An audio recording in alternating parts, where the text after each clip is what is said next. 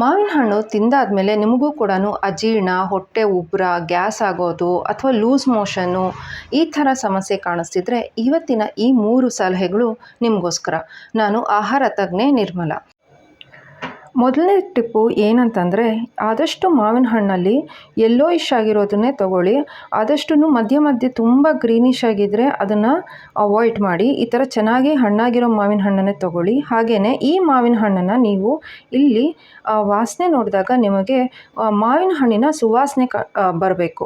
So ಈ ಥರ ಬಂದಾಗ ಮಾವಿನ ಹಣ್ಣು ಹಣ್ಣಾಗಿದೆ ಅಂತ. ಈ ಥರ ಕಂಪ್ಲೀಟಾಗಿ ಮುಳುಗುವಷ್ಟು ನೀರನ್ನು ಹಾಕಿ ನೀವು ಮಿನಿಮಮ್ ಅರ್ಧ ಗಂಟೆ ಬಿಡೋದ್ರಿಂದ ಅದರಲ್ಲಿರುವಂತಹ ಪೆಸ್ಟಿಸೈಡ್ಸು ಕಡಿಮೆ ಆಗೋದ್ರ ಜೊತೆಗೆ ಇದರಲ್ಲಿರುವಂತಹ ಫೈಟಿಕ್ ಆ್ಯಸಿಡ್ ಅನ್ನೋ ಒಂದು ಆ್ಯಂಟಿ ನ್ಯೂಟ್ರಿಯೆಂಟ್ ಇರುತ್ತೆ. ಇದು ಕೂಡ ಕಡಿಮೆ ಆಗೋದಕ್ಕೆ ಸಹಾಯ ಆಗುತ್ತೆ. ಇದರಿಂದ ನಿಮಗೆ ಮಾವಿನ ಹಣ್ಣಿಲಿರುವಂತಹ ನ್ಯೂಟ್ರಿಯೆಂಟ್ಸ್ ಕೂಡ ಅಬ್ಸಾರ್ಪ್ಷನ್ಗೆ ಹೆಲ್ಪ್ ಆಗುತ್ತೆ.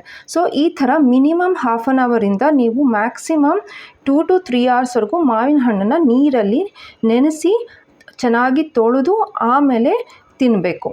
ಮಾವಿನ ಹಣ್ಣಲ್ಲಿ ಹೆಚ್ಚು ಶುಗರ್ ಕಂಟೆಂಟ್ ಇರೋದ್ರಿಂದ, ಅಂದರೆ ಫ್ರಕ್ಟೋಸ್ ಇರೋದ್ರಿಂದ ಕೆಲವರಿಗೆ ಇದು ಈಸಿಯಾಗಿ ಡೈಜೆಷನ್ ಆಗೋದಿಲ್ಲ.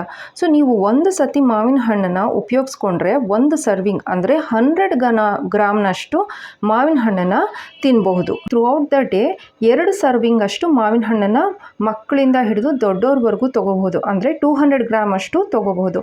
ನೀವು ತೊಗೊಳ್ಳೋ ಆಹಾರದಿಂದ ನಿಮ್ಮ ಆರೋಗ್ಯ ಸಮಸ್ಯೆಗಳಿಗೆ ಪರಿಹಾರ ಕಂಡ್ಕೋಬೇಕು ಅಂದರೆ ಮರಿದಿರ ನನ್ನ ಚಾನಲ್ನ ಸಬ್ಸ್ಕ್ರೈಬ್ ಮಾಡಿ.